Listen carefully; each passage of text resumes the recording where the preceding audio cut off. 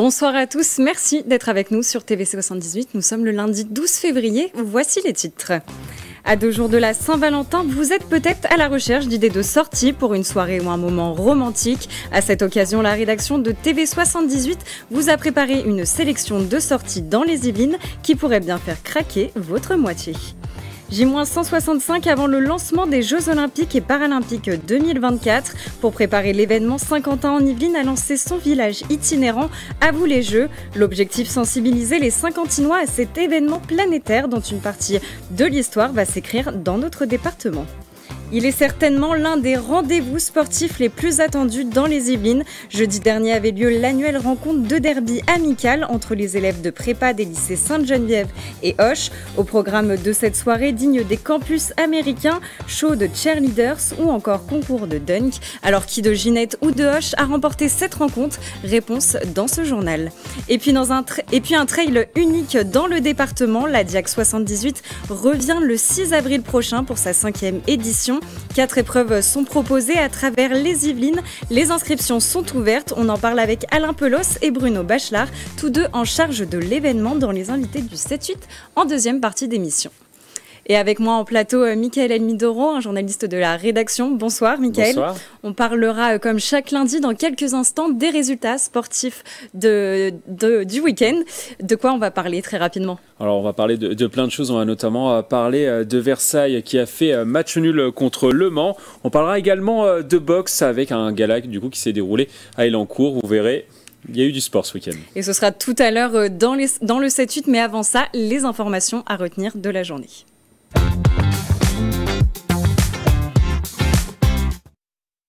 Et on démarre ces infos du jour avec du changement pour le château de Versailles.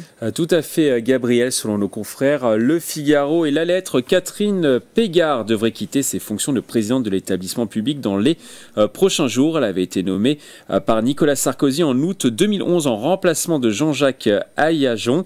Après plus de 12 ans à la tête du château, du musée et du domaine national, elle laisserait sa place à Christophe Leribaud, président du musée d'Orsay et du musée de l'Orangerie à Paris. Âgé de 60 ans, le successeur supposé et diplômé de l'école du Louvre et historien d'art. Il a débuté sa carrière à la conservation du patrimoine au musée Carnavalet à Paris au début des années 90. Sa nomination devrait intervenir ce mercredi 14 février en Conseil des ministres. Et on reste à Versailles, Mickaël. Le Figaro vient de révéler son palmarès 2024 des meilleures classes préparatoires et plusieurs établissements de la Cité Royale sont concernés. Exactement, Gabriel. Le quotidien établit la liste des lycées avec les meilleurs résultats d'intégration aux grandes écoles. Parmi eux, 3 établissements versaillais arrivent dans le top 10 pour plusieurs prépas. Le lycée Sainte-Geneviève termine premier pour 4 filières. Le lycée Notre-Dame du Grand Champ se distingue à la première place dans la filière économique et commerciale options technologiques. À noter la 4e et la 8e place de Auch dans 2 filières.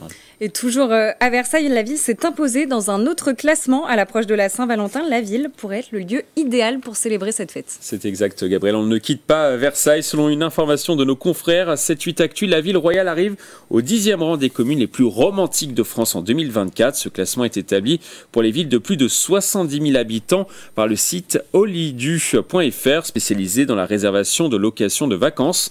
Pour la méthodologie, la plateforme a comparé les volumes de recherche Google selon des mots-clés comme Saint-Valentin, restaurant romantique ou fleuriste associés à chaque commune. Sur le podium, La Rochelle arrive en tête, Bordeaux en seconde position et enfin Rouen à la 3e place. En revanche, on s'étonne de ne pas retrouver Paris, connu comme la cité de l'amour dans ce tableau. Seule ville francilienne du classement, Versailles pourrait donc être un bel écrin pour fêter l'amour ce mercredi. Merci Mickaël. Et si vous aussi, près de chez vous, vous voyez une image ou une information qui vous a marqué, n'hésitez pas à nous la partager sur les réseaux sociaux avec le hashtag 78news.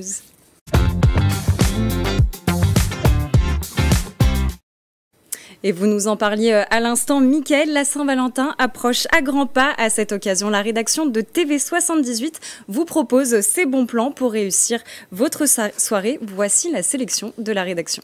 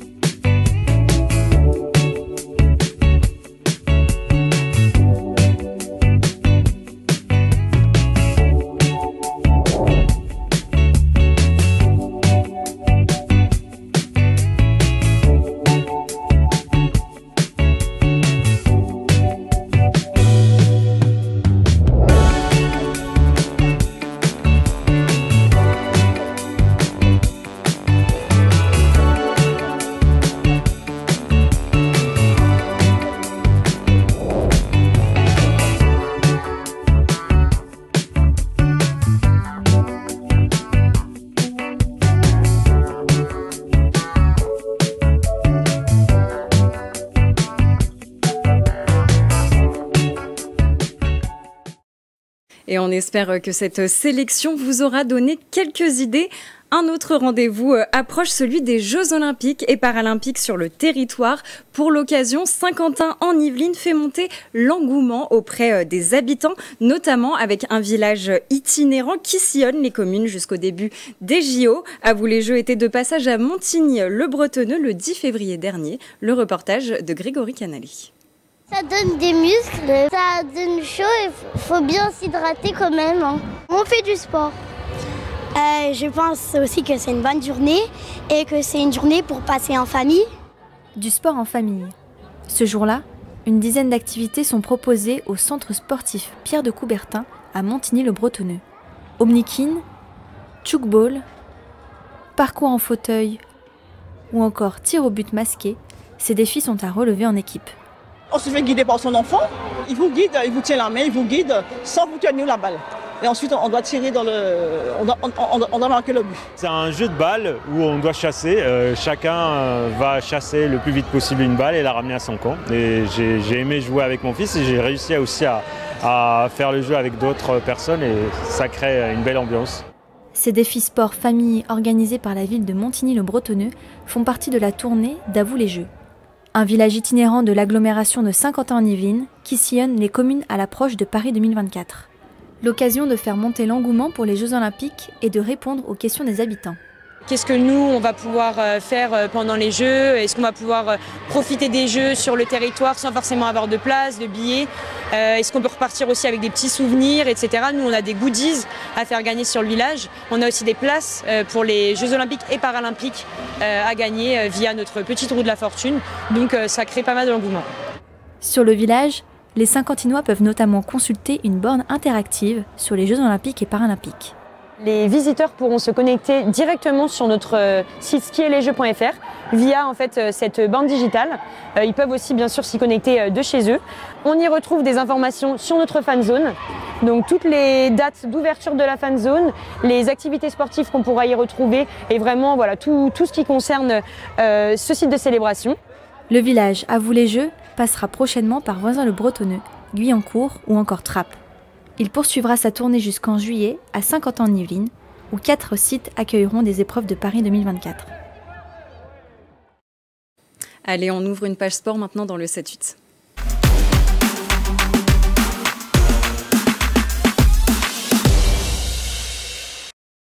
Et l'actualité sportive, c'est avec vous, Michael Elmidoro. On commence par de la boxe. Un grand gala de boxe organisé par la Team Farouja était programmé ce samedi 10 février au complexe sportif Europe à Elancourt. Au programme 3 combats professionnels et 6 combats amateurs. On retrouvait notamment des champions locaux, des images de Grégory Canali.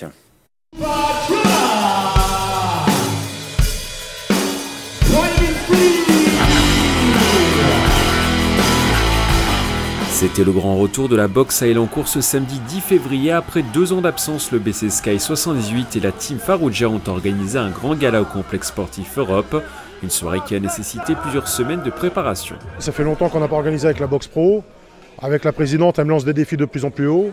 Et puis on essaye de remplir ces défis-là. Au programme, 9 affrontements, dont 3 combats chez les professionnels. Les sportifs locaux étaient notamment à l'honneur. Sur le ring, Ibrahim Fofana, le professionnel de la Team Farouja. Alors, faut que tu lui fasses mal. Ok, la même chose, du rythme et tu mets un coup ou deux appuyé. Tu la touches en bas. Ce dernier a finalement perdu son match ce samedi soir. Autre combat attendu, celui de Kelvin Majid de la Team Farouja. Le boxeur s'impose devant son public après 6 rounds disputés. Une grande émotion pour le sportif qui remporte son 2e combat chez les professionnels. Je suis super content parce que déjà la victoire et aussi surtout parce que je suis à domicile. Et depuis le temps que je fais de la boxe, c'est la toute première fois que je peux boxer chez moi. Et du coup que je peux boxer avec mon public, avec ma famille qui est là pour venir me voir. Ils ont fait le déplacement. Avec des amis aussi, du public, des supporters. Et je me suis rendu compte que j'avais beaucoup plus de monde que ce que je croyais. Donc ça m'a fait plaisir et c'est eux qui m'ont porté pour faire la victoire parce que c'était pas un combat facile. Dans la salle, le gala a trouvé son public. Ils étaient plusieurs dizaines au bord du ring pour apprécier ce grand retour à Elancourt. Un beau gala comme ça, ça fait un moment. Ça fait un moment, je suis venu, je suis arrivé et vraiment l'organisation au top. La beauté de l'encadrement est monstrueuse. Franchement incroyable. On a kiffé l'ambiance, la luminosité et tout. On dirait un vrai show comme dans les films. Les organisateurs aimeraient organiser 2 à 3 fois par an des galas de boxe à Ilancourt. Le projet va être étudié prochainement. Et Mickaël, on continue avec du football et le championnat de national. Versailles n'a pu faire mieux que match nul ce week-end sur sa pelouse du stade Jean Bouin. Les Versaillais ont été tenus en échec 0-0 par Le Mans. Une équipe juste derrière eux au classement. Ils ont terminé la rencontre à 9 après les expulsions de Thibaut Jacques et Kevin Mbala. Au classement, Versailles toujours 9e du classement après 20 matchs disputés. Ils sont à 8 points du podium. Toujours en football, on poursuit avec le championnat de Régional 2 et un derby ce week-end. On jouait pour le compte de la 12e journée du championnat. Le FC Mantois recevait ce dimanche l'équipe de Trappes sur son terrain et ce sont finalement les joueurs du nord du département qui se sont imposés assez facilement sur le score de 4-2. Au classement, le FC Mantois est 5e et Trappes est 8e. Le FC Mantois jouera contre Ardricourt en match en retard le week-end prochain. Du rugby maintenant, on jouait en Fédéral 2 également. On jouait ce dimanche sur les différents terrains de Fédéral 2. Plaisir s'est imposé très facilement sur sa pelouse face à Plouzané sur le score de 47-3. De son côté, Versailles a perdu 16-10 sur le terrain de Gennevilliers. Maison Lafitte s'impose 24-17 face à Antony. Au classement, Plaisir est 3e, le MLSGP est 7e et Versailles est 8e. En handball maintenant, Mickaël, il y avait des matchs en National 2 féminine. Oui, Gabriel, l'AS Montigny, le Bretonneux a signé une belle victoire à l'extérieur sur le terrain de Tessy lors de la 15e journée. Les Unimontaines se sont imposées 23-21. Cette victoire fait du bien au classement. Les Saint-Quentinoises sont 9e. Et il y avait de la course à pied aussi ce week-end. La 15e édition du Noctiride, soutenue par l'Université Paris-Saclay, s'est tenue dans la nuit du samedi 10 au dimanche 11 février. Ce raid multisport par équipe a encore attiré cette année plus de 500 participants. Au programme 12 km de trail, 40 km de VTT, biathlon, une course d'orientation et 8 km de bike and run. Tout cela sous une météo pas forcément clémente. Il fallait être courageux. Ce week-end, c'est l'équipe Ici Aventure Mix qui a remporté l'épreuve. L'événement reviendra l'année prochaine pour une 16e édition. Et enfin, on termine par du basket avec un match qu'il ne fallait pas louper. Exactement, le match de basket entre les lycées Versaillais, Sainte-Geneviève et Auch s'est déroulé ce jeudi 8 février au gymnase Mauboron de Versailles.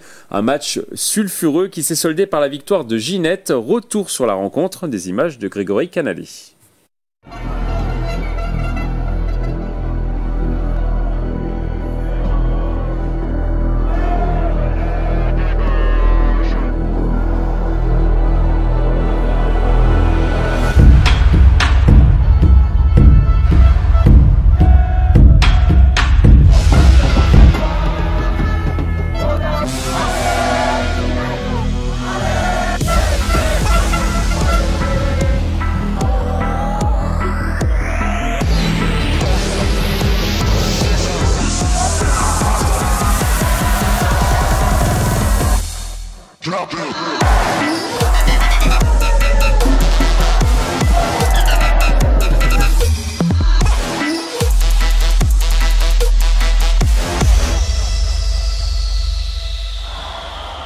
Ce soir au gymnase Mauboron, c'est la 18e édition de Ginette Auch, le match des papas ici à Versailles. Il y a énormément d'ambiance, il y a plus de 1000 personnes qui sont présentes ici dans ce gymnase. Vous allez voir, c'est un match fou furieux. Là on est préparé, on va gagner, je vous promets, ça va être incroyable, on va se régaler et Auch va gagner cette année.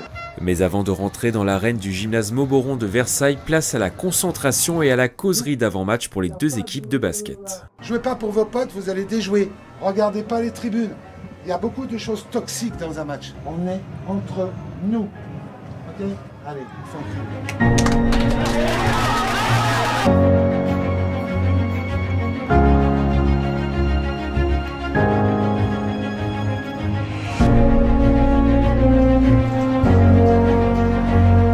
Comme tous les ans, le spectacle était à la hauteur du public. Les 1300 spectateurs ont pu voir différentes animations et un concert réalisé par des élèves.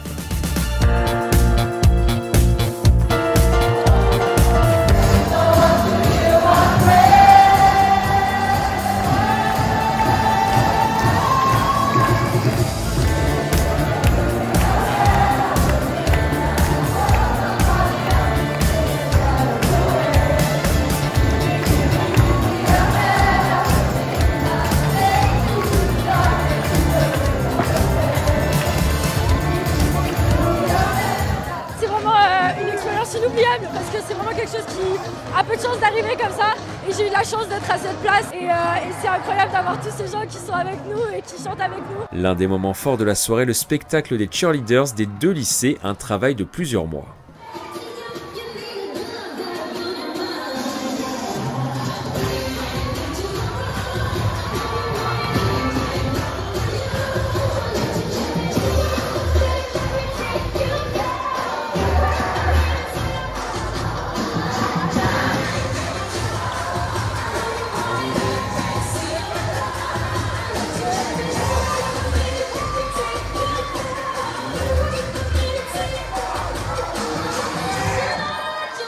Hyper heureuse d'être ici et je peux vous dire que je vais prendre mes billets pour l'année prochaine et toutes les années qui suivent. Sur le terrain comme dans les tribunes, on joue des coudes, la tension est à son maximum, les joueurs se surpassent. La première période est remportée par Auch 19-16.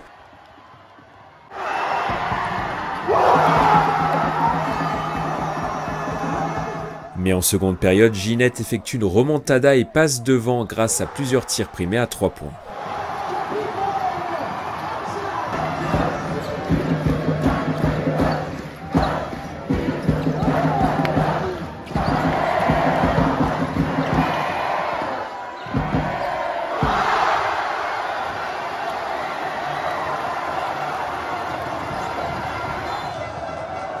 Et c'est Ginette qui s'adjuge cette 18e édition, 49-36 au niveau du score final.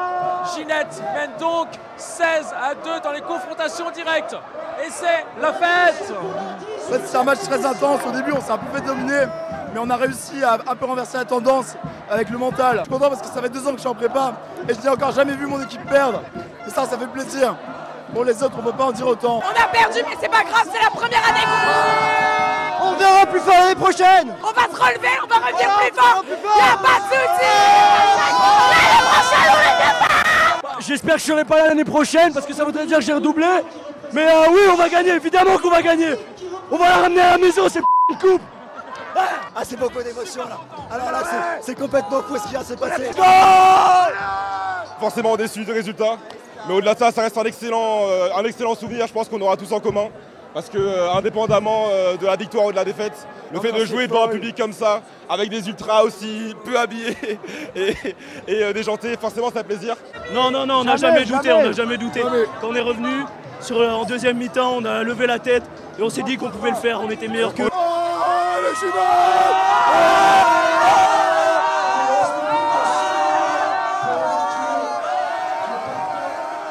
Et on termine ce 18e Ginette Auch avec François Lamant, l'organisateur. François, une très belle soirée encore.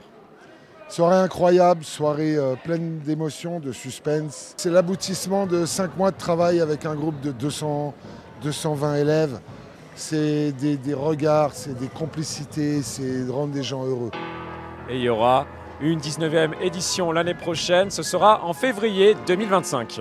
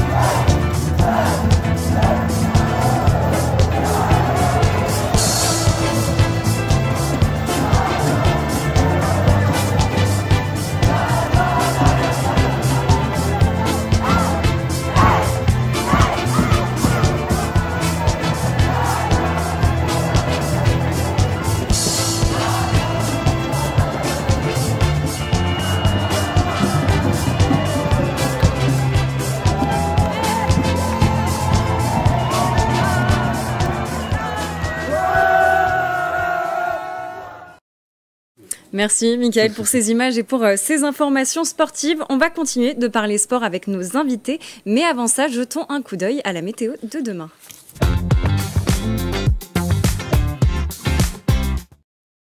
Demain matin, le ciel sera couvert dans les Yvelines. Les températures dans la matinée seront comprises entre 3 et 5 degrés dans le département. Peu ou pas d'évolution dans l'après-midi où le brouillard laissera place à un ciel nuageux. En revanche, les températures seront en légère hausse, comptez en moyenne 8 à 9 degrés dans les Yvelines. Et ce mercredi 13 février, nous fêterons les Béatrices. Tout de suite, les invités du 7-8.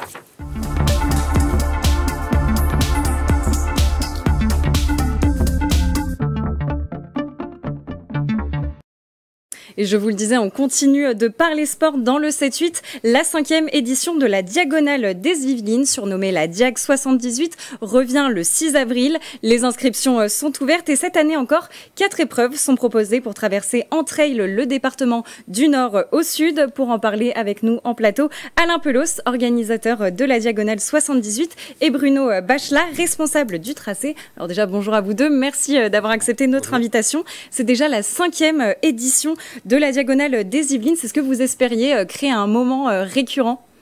Oui, tout à fait. C'est ce qu'on espère depuis le début. Et puis, créer un rendez-vous avec tous les trailers sur des distances qui leur permettent de s'amuser tout simplement, hein, de 11 à 100. On touche pas mal de personnes en fait. La Diagonale, c'est 4 parcours. Vous avez réfléchi ce tracé. Est-ce que vous pouvez nous en parler un petit peu de ces parcours? Alors, il y avait une petite nouveauté cette année puisqu'on partait de Mézières-sur-Seine. On va partir de Mézières-sur-Seine, puisque d'habitude on part de Breuil-Bois-Robert. Là, on a voulu changer un petit peu pour pouvoir proposer d'autres parcours, comme a dit Bruno. Et puis aussi amener un petit peu plus de dénivelé, puisqu'on part au niveau de la Seine. Et que du coup, sur les 6 premiers kilomètres, il y aura pas mal de dénivelé, des bons pétards, des bonnes côtes, qui risquent de faire un petit peu mal. Donc il va falloir gérer son effort.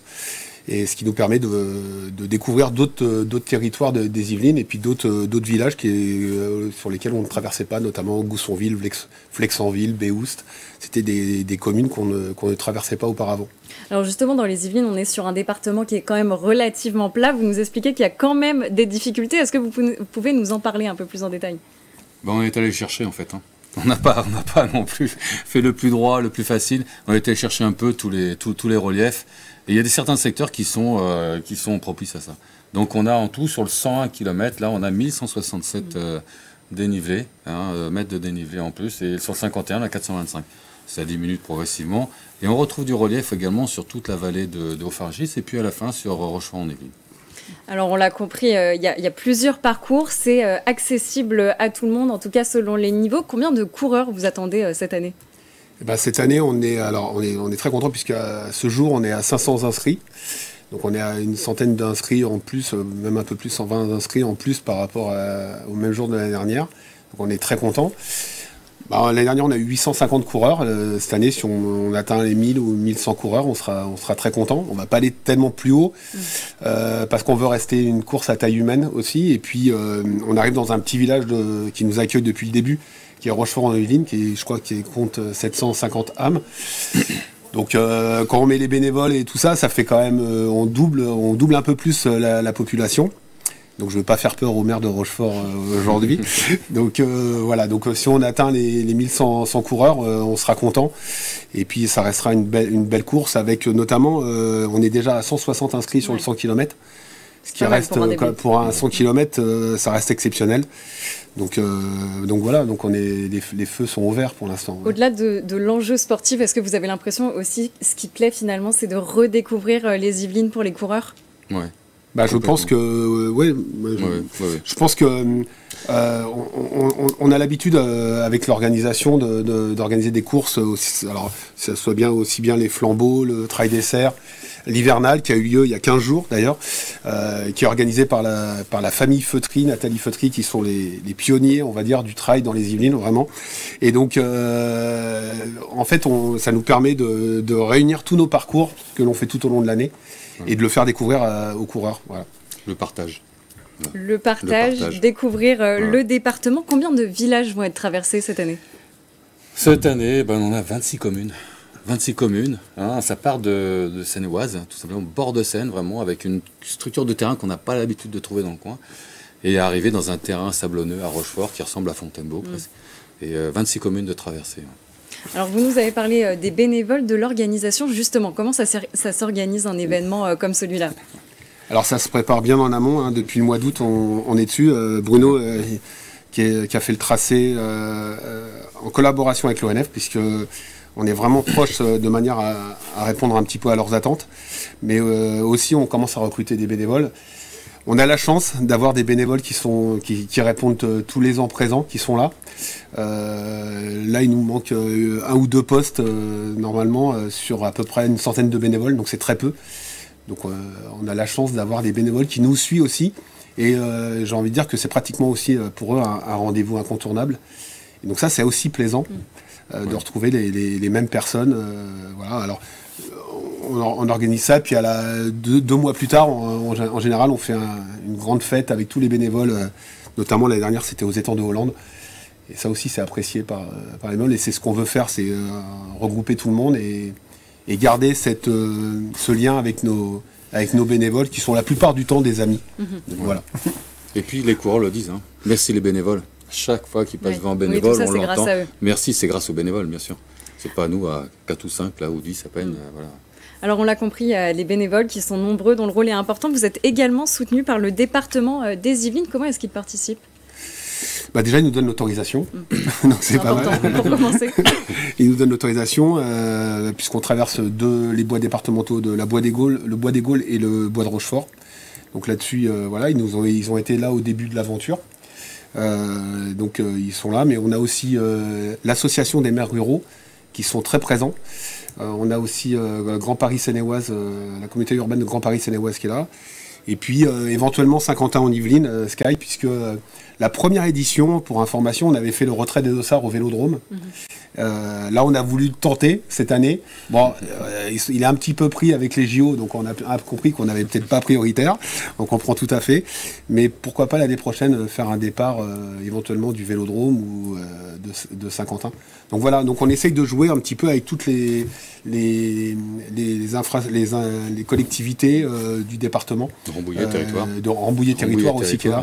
De manière à faire rayonner un petit peu les Yvelines, puisqu'on se veut un trail 100% Yvelines. Oui. Voilà. Et justement, en cette année olympique, vous avez l'impression qu'il y a un engouement particulier? Oui. Alors, oui, je pense là-dessus. Oui. Il y a plus qu'un engouement, parce qu'il y a également l'après-Covid. On a baissé, ça a terriblement baissé, on a pu maintenir la course pendant le Covid, en la déplaçant de quelques mois, et puis on sent que les gens ont repris l'entraînement, ont repris du plaisir, et ont repris certaines libertés de participer, et presque toutes les courses. Alain citait tout à l'heure l'hivernal, a fait le plein. Voilà, toutes les courses font le plein en ce moment. Les gens sont là, voilà, ont envie de courir, ont envie de profiter.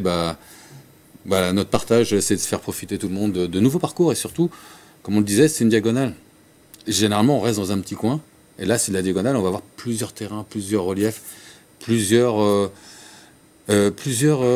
environnements. Voilà. Et ça, c'est quand même assez puissant, en fait. Le côté pittoresque, un petit peu, qui se démarque un petit peu des autres trails, c'est qu'on fait une course en ligne, on part d'un point A, on arrive à un point B. Ça peut paraître idiot, mais en fin de compte, la plupart des trails, ils sont sur un départ arrivé identique. Et là, c'est ce qui nous démarque un petit peu des autres courses, qui nous implique une grosse logistique, puisqu'on doit mettre des cars pour emmener les coureurs au départ, 4 heures du matin. Voilà, donc pour eux, c'est aussi une véritable aventure, pas loin de chez eux, puisque quand même, on a un bassin sur l'île de France d'énormément de coureurs, mais on a aussi des coureurs qui viennent de Bretagne, de Normandie, du Nord, quelques étrangers aussi. Ouais, ça rassemble au-delà des Yvelines. Voilà, ça rassemble aussi au-delà des Yvelines. Oui, en fait, l'année dernière, on a été surpris de trouver 8 nationalités différentes. D'accord.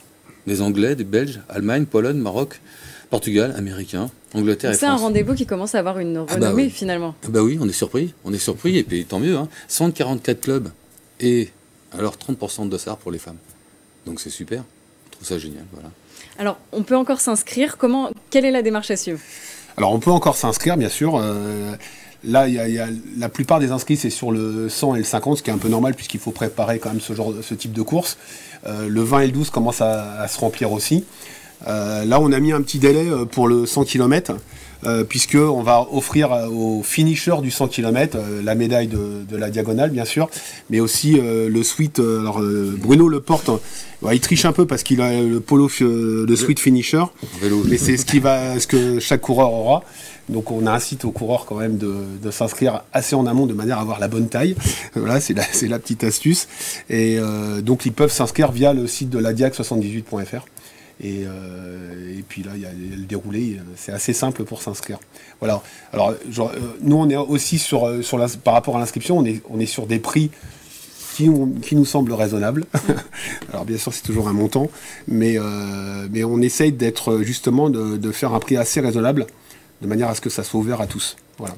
Eh bien, on donne rendez-vous aux coureurs le 6 avril. Merci d'avoir été avec nous en plateau pour en parler. Donc, on rappelle cette course qui a lieu le 6 avril prochain. 4 parcours seront proposés et les inscriptions sont en cours sur le site de l'événement. C'est déjà la fin de cette émission. Merci de nous avoir suivis.